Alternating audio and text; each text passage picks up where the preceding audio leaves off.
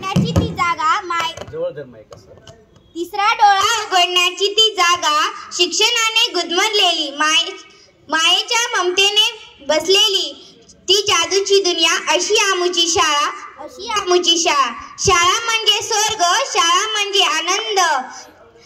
नमस्कार नमस्कार नमस्कार सर्वांना माझा नमस्कार।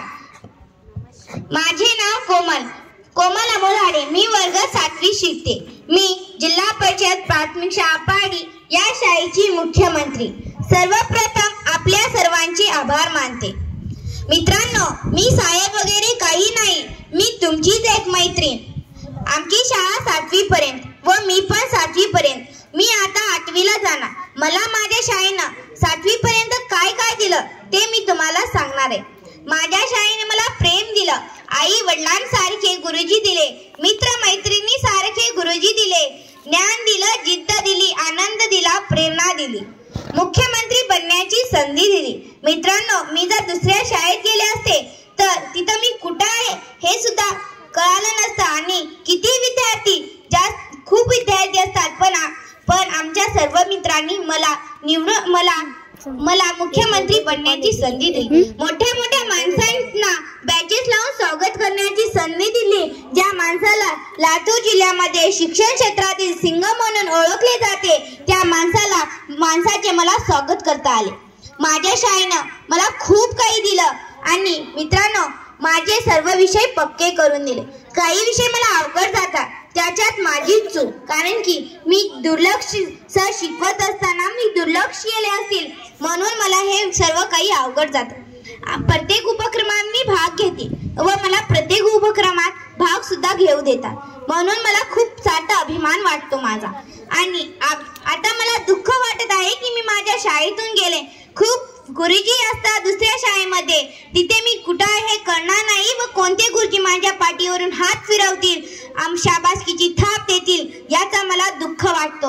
आमचे गुरुजी आम्हाला जेव्हाही आम्ही चांगलं काम करू, जेव्हाही आम्ही एखाद्या गोष्टीवर चुकू, तेव्हाही आम्हाला ते समजून सांगतात आणि आम्हाला कोणतेही विषय अवघड जाऊ मायेच्या ममतेने जवळ घेऊन ते मायेसारखं आम्हाला ते समजून सांगतात आणि आम्ही आमच्या शाळेला आई मानतो। आपली आई जर घरी नसली तर आपल्याला करमत नाही, तसंच आम्ही जर एखाद्या दिवशी शाळेत गेलो नाही तर करमत नाही, वाटते की रविवारी शाळा राहावी, सणासुदाला पण शाळा राहावी असं मला वाटतं। आम्हा सर्व तुम्हालाही असंच वाटत असेल असं मला वाटतं।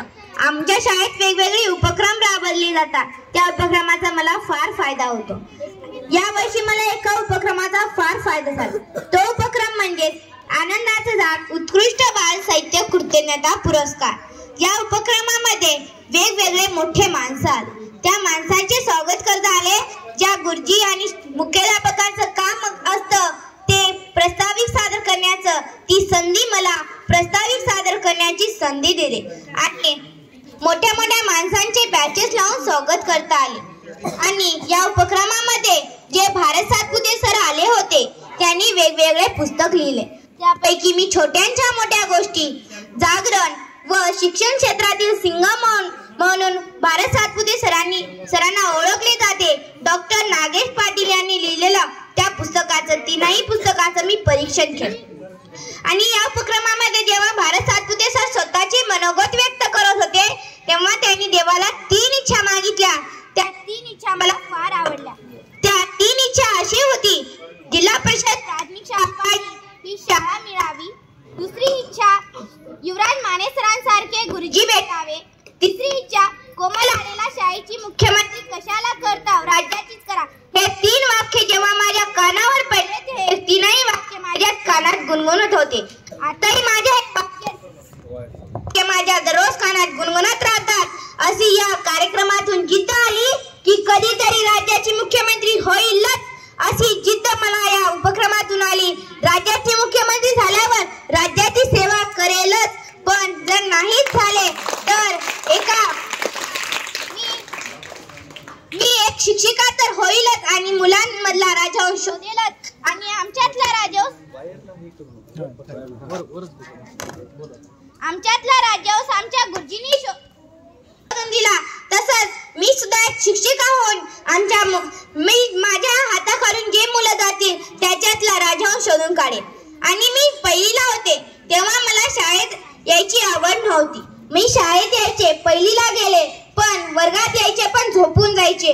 खूप आळस यायचा, आवड नव्हती शाळेत यायची. मग नंतर माझी मोठी बहीण, आता ती 9वी शिकत आहे, ती माझ्याहून मोठी आणि ती मला त्या वाचनाचा आनंद सोहळ्यात न्यायची.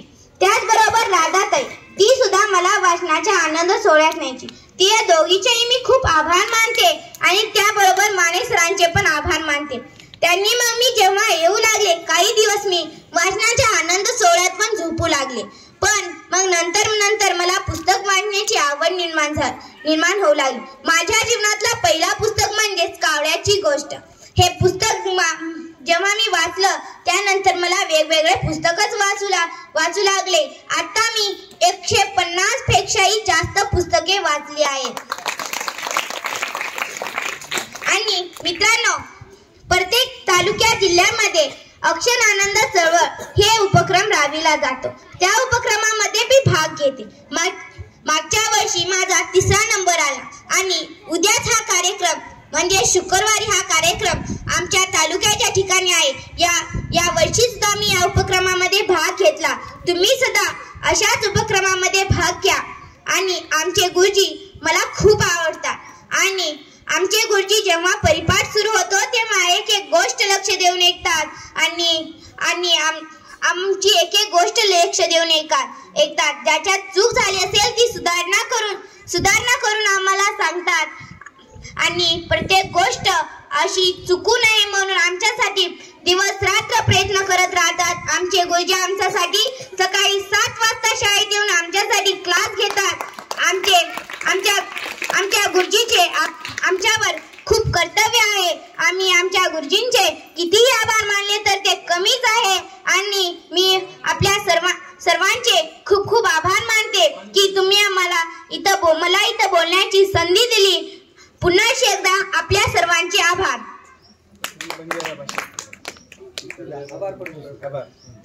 नमस्कार, माझं नाम कोमल मोलाडे, वर्ग 7वी शिकूचो. जिल्हा परिषद